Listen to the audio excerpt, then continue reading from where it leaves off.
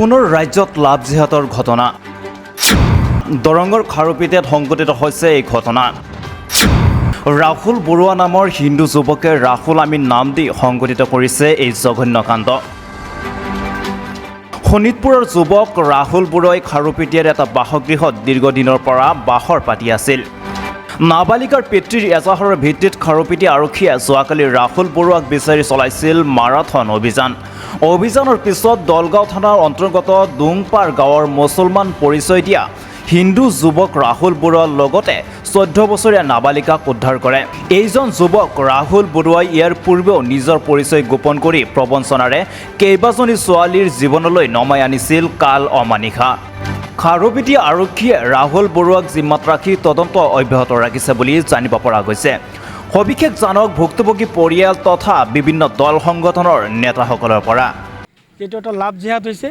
হিন্দু ল'ৰা এজনে মুছলমান পৰিচয় দি ছোৱালীক নিজকে মুছলমান বুলি কৈ ছোৱালীক প্ৰেমৰ জালত ফচুৱাই কম বয়সীয়া ছোৱালীক তেওঁ অপহৰণ কৰি লৈ তেওঁৰ লগত শাৰীৰিক সম্পৰ্ক গঢ়ি তুলিছে। গতিকে এতিয়া আইনৰ আওতালৈ ইতিমধ্যে আহিছে। গতিকে আমি সদৌ সংখ্যালঘু ছাত্ৰীৰ ফালৰ পৰা আমি দাবী উত্থাপন কৰিছোঁ যে ইয়াক কঠোৰৰ পৰা কঠোৰতম শাস্তি দিব লাগে। আৰু ইয়াৰ অকল এই ঘটনাটোৰ লগতে এই ল'ৰাজন জড়িত নহয়। আমি যিখিনি জানিলোঁ ল'ৰাজনে নিজেও স্বীকাৰ কৰিলে যে ইয়াৰ আগতেও তেওঁ 2-3জন ছোৱালীৰ লগত এনেকুৱা ধৰণৰ অবৈধ সম্পৰ্ক আছিল। গতিকে এই ঠগ প্ৰবঞ্চকজনৰ বিৰুদ্ধে কঠোৰ শাস্তি হ'ব লাগে। আৰু আমি দল সংগঠনে আমি ইয়াৰ প্ৰতিবাদত বা আমি আজি দাবী উত্থাপন কৰিছোঁ যে ইয়াক আইনগতভাৱে বিহিত শাস্তি গ্ৰহণ কৰি অন্যথাই যদি ইয়াৰ কিবা বিকল্প হয় তেনেহ'লে অহাকালি কিন্তু গণতান্ত্ৰিক আন্দোলনৰ বাহিৰে আমাৰ আৰু বিকল্প নাথাকে। আমাৰ দৰং জিলাৰ বাহাবাৰী গাঁৱৰ ছোৱালী এজনী নৱম শ্ৰেণীৰ আৰু যোৱা 2-3 মাহৰ পৰা শোণিতপুৰ যিটো উত্তৰ ডুবাই এটা গাঁৱৰ শোণিতপুৰ ডিষ্ট্ৰিক্টৰ ল'ৰাজন নাম একচুৱেলি কিন্তু ৰাহুল বৰুৱা, আধাৰ কাৰ্ড যিটো দেখা পালোঁ।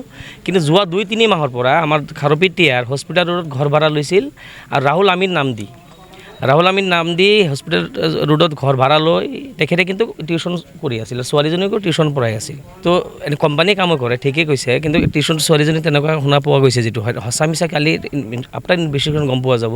কাৰণ আমি ঘটনাটো ইনভেষ্টিগেশ্যন কৰা নাই নহয়। গতিকে যোৱাকালি ছোৱালীজনীক অপহৰণ কৰে আৰু ছোৱালীৰ গাৰ্জিয়েনে খাৰুপেটীয়া আৰক্ষী থানাত বিষয়টো অৱগত কৰাৰ পিছত আৰক্ষীয়ে যথেষ্ট তৎপৰতা অৱলম্বন কৰিছিল। আৰক্ষীয়ে আজি ইতিমধ্যে কিন্তু ল'ৰাজনক কৰায়ত্ব কৰিবলৈ সক্ষম হৈছে। হয়, শোণিতপুৰৰ বাসিন্দা ৰাহুল বৰুৱা নামৰ ল'ৰা যি সংগঠিত কৰিলে বাহাবাৰী অঞ্চলৰ এটা ছোৱালীৰ লগত নৱমান ছোৱালীৰ লগত যে দেশৰ যি পৰিস্থিতি চলি আছে বহুত ভয়ানক। এই ভয়ানকৰ মাজত যি লাভ জিহাদ ই নিজৰ মুছলিম ধৰ্ম পৰিচয় যি কাণ্ড কৰিলে আমি নেমচুৰ পৰা গৰিহণা জনাইছোঁ। আজি নহয়, কালি সন্ধিয়া আমাৰ ছোৱালী 4টা বজাত টিউশ্যনত গৈছে। টিউশ্যনৰ পৰা আহে 6টা বজাত আহে। টিউশ্যন যেতিয়া শেষ হৈছে তেতিয়া আমি চালোঁ যে ছোৱালীজনীটো এতিয়ালৈকে ঘৰত অহা নাই। কি হ'ল? পিছে আমি টিউশ্যনতে আহিলোঁ। আহি চালোঁ যে সেইটোতো দৰ্জা খিৰিকী চব বন্ধ। পিছে ৰিটাৰ্ণ গ'লোঁ। ৰিটাৰ্ণ যোৱাৰ পিছত আমি সেই ছোৱালীজনক আৰু পোৱা নাই। ৰাতিপুৱাৰ আমি এইফালে সিফালে ফোন মাৰিছোঁ। মাৰাৰ পিছতে পিছে আমি ফোন পালোঁ যে সিহঁতে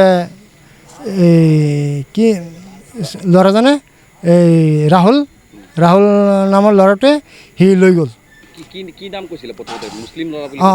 আগতে মুছলিম ল'ৰা বুলি কৈছে। ৰাহুল আমিন। নামটো কি? ৰাহুল বৰা। ৰাহুল বৰুৱা। পিছে তেওঁৰ নাম হ'ল ৰাহুল বৰুৱা। পিছে সেই আমাৰ জয়াৰ তাত ফোন মাৰিছে। মাৰাৰ পিছত জয়াই কৈছে যে তুমি মোৰ তাত আহা। সি আহিম কওঁতে পিছে মোবাইলটো ছুইচ অফ কৰি দিলে। ছোৱালীটো কোন ক্লাছত পঢ়ে? ছোৱালী 8ত পঢ়ে। 8ত পঢ়ি আছে। যোৱাকালি ঘটনা